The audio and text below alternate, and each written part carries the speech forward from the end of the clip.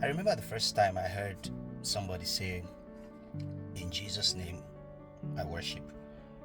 And in the same sentence, they said, "In Jesus' name, I have praised." I was very shocked to say the least.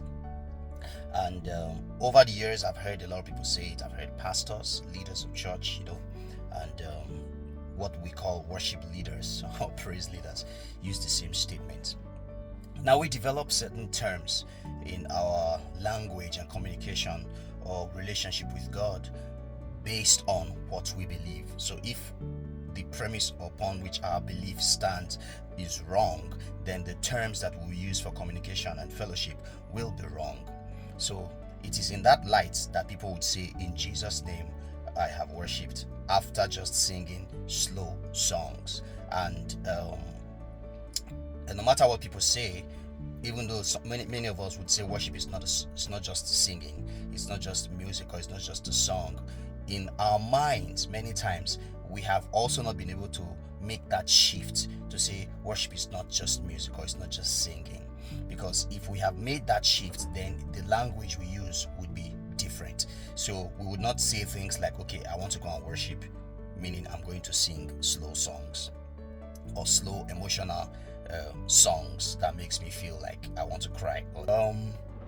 Many times, because we have these beliefs, the terms we use also just explain or expatiate on the beliefs that we have. But worship is not just singing. As a matter of fact, singing is a form of worship, is an art or act of worship. Praying could be worship. Loving your wife or husband correctly, raising up your kids the right way, all these are forms of worship. Now, let's take an instance from the Bible.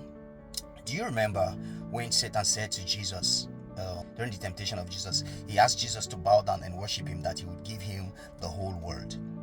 Cast your mind back to that story and replace the word worship with the meaning we have of it today.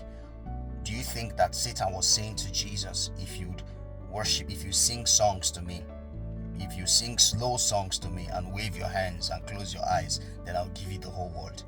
Because I remember again when I was younger, when people would say at the end of the world, when we go to heaven, we'll just be worshiping God forever.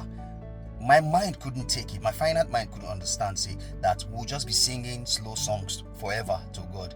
Man, that place would be boring. That's what I thought as a young lad. Like, man, we'll just be singing slow. So, of course, Christians then will say, "No, don't say it. It will be very interesting," and all that. But hey, that's because our definition and understanding of what worship is or was as at that time was wrong. And to a great extent, our understanding of worship is still very, very wrong.